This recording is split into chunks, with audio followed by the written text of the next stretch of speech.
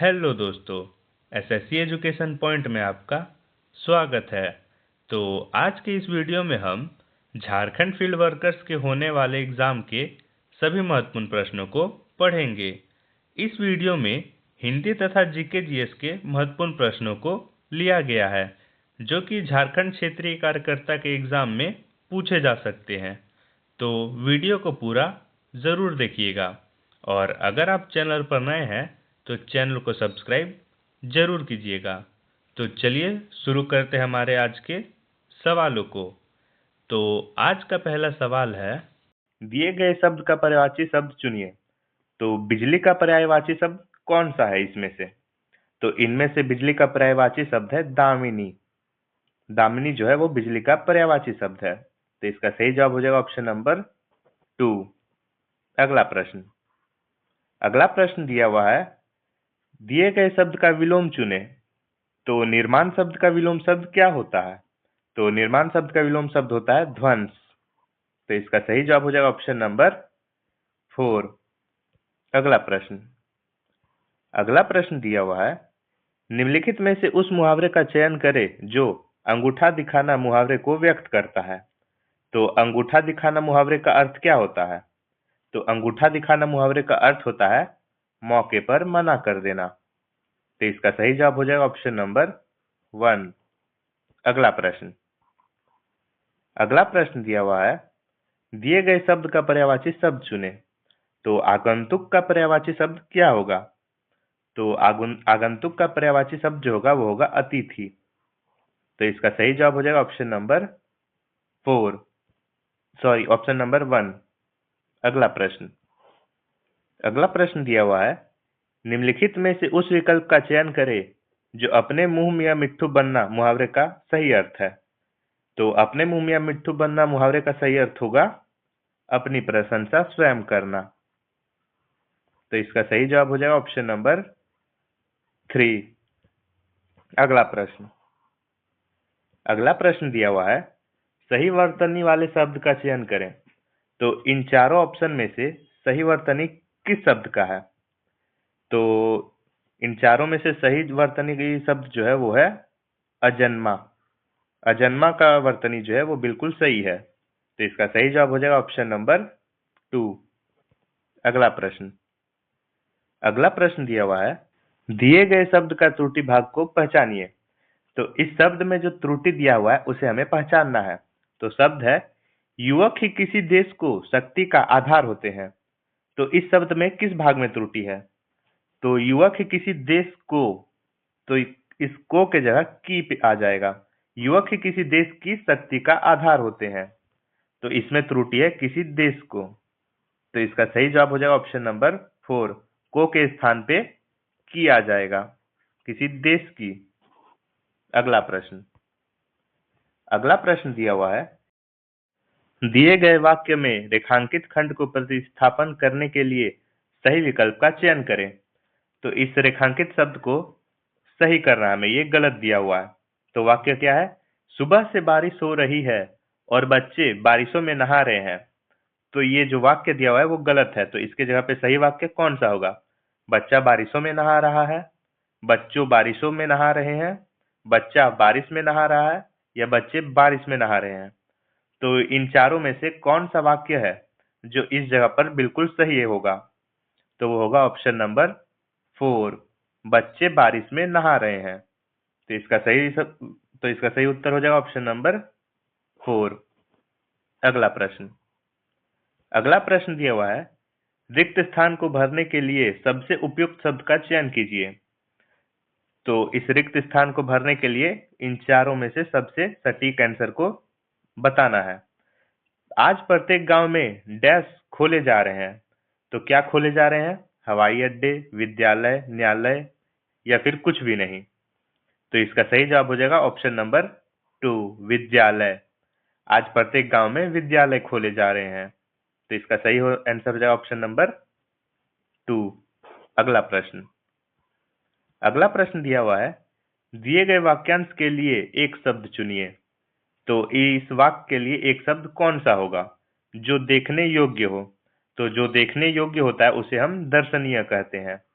तो इसका सही जवाब हो जाएगा ऑप्शन नंबर 1।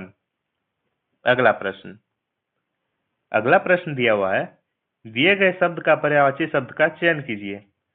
तो अमृत का पर्यायवाची शब्द कौन सा होगा? तो अमृत का पर्यायवाची शब्द जो होगा वो होगा पीयूष। पीयूष जो है वो अमृत का पर्यायवाची शब्द है, तो इसका सही जवाब हो जाएगा ऑप्शन नंबर 2। अगला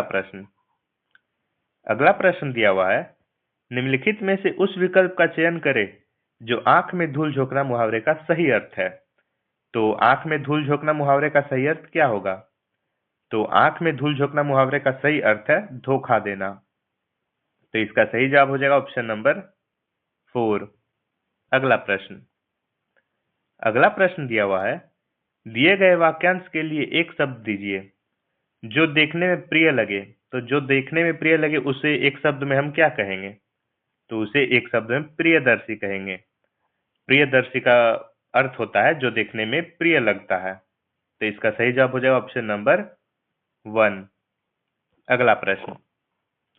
अगला प्रश्न दिया हुआ है, रिक्त स्थान को भरने के लिए सबसे उपयुक्त शब्द चुने।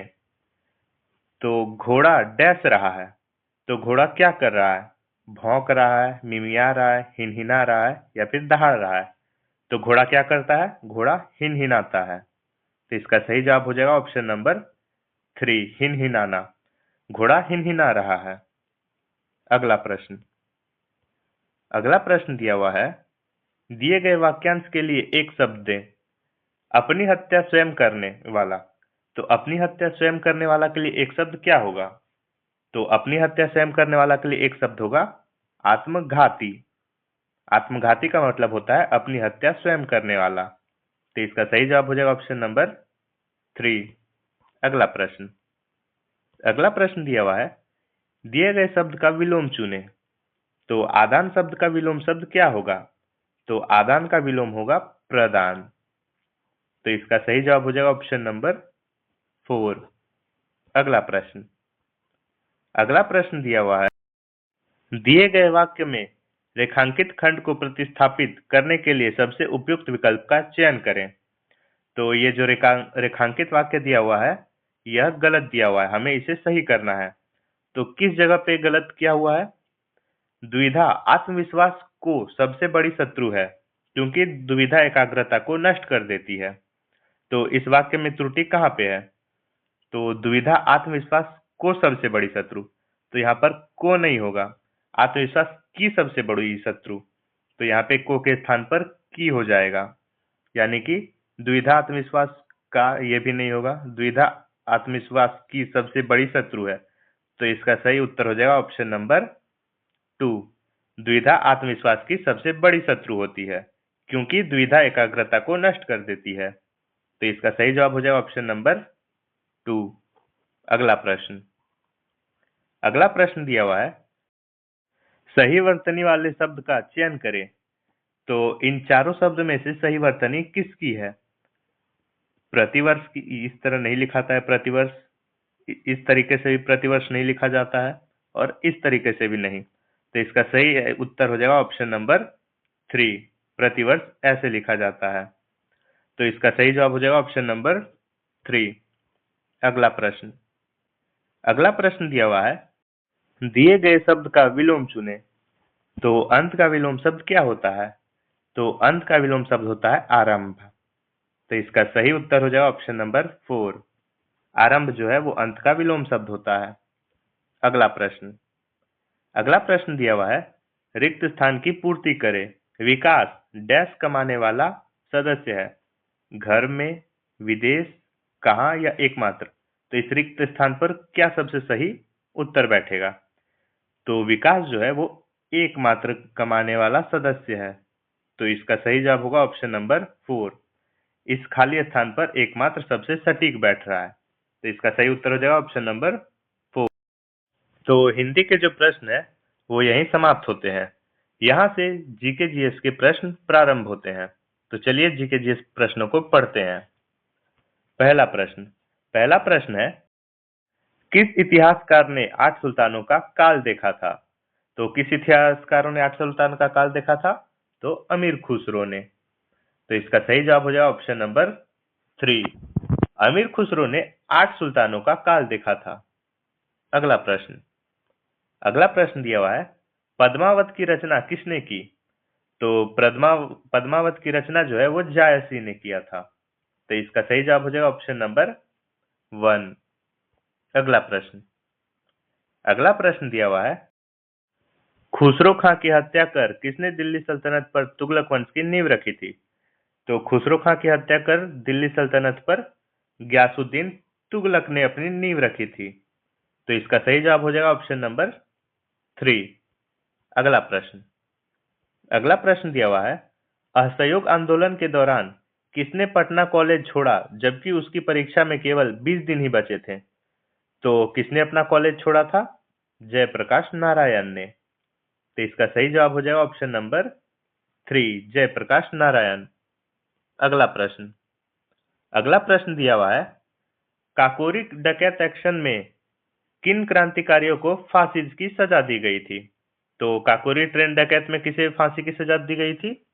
तो राम प्रसाद बिस्मिल और अशफाक उल्ला खां को। राम प्रसाद बिस्मिल और अशफाक उल्ला खां को काकोरी ट्रेन डकैत में फांसी की सजा दी गई थी। तो इसका सही जवाब हो जाएगा ऑप्शन नंबर 1। अगला प्रश्न दिया हुआ है, भारत की किस नदी का अंतर्देशीय जल निकास है? तो भारत के लूनी नदी का अंतर्देशीय जल निकास है। तो इसका सही जवाब हो जाएगा ऑप्शन नंबर 3। अंतर्देशीय जल निकास का मतलब होता है किसी सागर या महासागर में न गिरकर किसी झील में मिल जाना। अगला प्रश्न दिया हुआ है, निम्नलिखित में से किस नदी को पहले वितस्ता के नाम से जाना जाता था? तो वितस्ता के नाम से किस नदी को जाना जाता था? तो झेलम नदी को। झेलम नदी को पहले वितस्ता के नाम से जाना जाता था। तो इसका सही जवाब हो जाएगा ऑप्शन नंबर 3। अगला प्रश्न दिया हुआ है, राज्य कार्यपालिका का उल्लेख भारतीय संविधान के किस भाग के अंतर्गत आता है? तो कार्यपालिका का उल्लेख जो है वो भारतीय संविधान के भाग 6 के अंतर्गत आता है। तो इसका सही जवाब हो जाएगा ऑप्शन नंबर 4। अगला प्रश्न दिया हुआ है, भारतीय संविधान के किस भाग को राज्य का संविधान कहा जाता है? तो भाग 6 को जो है वो राज्य का संविधान कहा जाता है। तो इसका सही जवाब हो जाएगा ऑप्शन नंबर 2। अगला प्रश्न दिया हुआ है, किसी भी राज्य का गठन व सीमा में परिवर्तन करने का अधिकार किसके पास है? तो किसी राज्य का गठन और सीमा को परिवर्तन करने का अधिकार जो है वो संसद के पास है। तो इसका सही जवाब हो जाएगा ऑप्शन नंबर 3। अगला प्रश्न दिया हुआ है, किसी अर्थव्यवस्था में सामान्य मूल्य स्तर में निरंतर वृद्धि को क्या कहा जाता है? तो अर्थव्यवस्था में सामान्य मूल्य स्तर में निरंतर वृद्धि को मुद्रास्फीति कहा जाता है। तो इसका सही जवाब हो जाएगा ऑप्शन नंबर 3, मुद्रास्फीति। अगला प्रश्न दिया हुआ है, मुद्रास्फीति से सबसे अधिक लाभ किसे होता है? तो मुद्रास्फीति से सबसे अधिक लाभ जो होता है वो ऋणी को होता है। तो इसका सही जवाब हो जाएगा ऑप्शन नंबर 2। अगला प्रश्न दिया हुआ है, निम्नलिखित में से किसने गोबर गैस प्रणाली का आविष्कार किया था? तो गोबर गैस प्रणाली का जो आविष्कार है वो सीवी देसाई ने किया था। तो इसका सही जवाब हो जाएगा ऑप्शन नंबर 1। अगला प्रश्न दिया हुआ है, बायोगैस संयंत्र से निष्कासित कौन सी गैस ईंधन गैस के रूप में प्रयोग होती है? तो बायोगैस संयंत्र से निष्कासित मीथेन गैस जो है वो ईंधन गैस के रूप में प्रयोग होती है। तो इसका सही जवाब हो जाएगा ऑप्शन नंबर 3।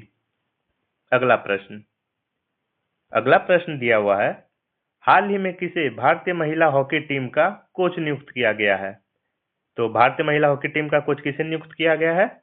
सौर्ड मारिन को। सौर्ड मारिन को जो है वो भारतीय महिला हॉकी टीम का कोच नियुक्त किया गया है। तो इसका सही जवाब हो जाएगा ऑप्शन नंबर 2। अगला प्रश्न दिया हुआ है, हाल ही में कहां जन विश्वास बिल 2026 को मंजूरी दी गई? तो जन विश्वास बिल को कहां मंजूरी दी गई? दिल्ली में। तो इसका सही जवाब हो जाएगा ऑप्शन नंबर 3। अगला प्रश्न दिया हुआ है, हाल ही में भारतीय महिला हॉकी टीम ने महिला एशिया कप 2025 में कौन सा पदक जीता? तो महिला एशिया कप 2025 में कौन सा पदक जीता महिलाओं ने? रजत पदक। तो इसका सही जवाब हो जाएगा ऑप्शन नंबर 2। अगला प्रश्न दिया हुआ है, एआई इम्पैक्ट समिट 2026 की मेजबानी कौन सा देश करेगा? तो एआई इम्पैक्ट समिट 2026 की मेजबानी जो है वो भारत देश करेगा। तो इसका सही जवाब हो जाएगा ऑप्शन नंबर 3। अगला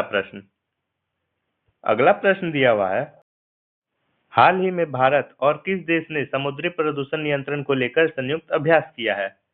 तो भारत किस देश के साथ मिलकर समुद्री प्रदूषण नियंत्रण को लेकर अभ्यास कर रहा है? तो जापान देश, भारत और जापान। तो इसका सही जवाब हो जाएगा ऑप्शन नंबर 2। तो आज का जो प्रश्न है वो यहीं समाप्त होता है।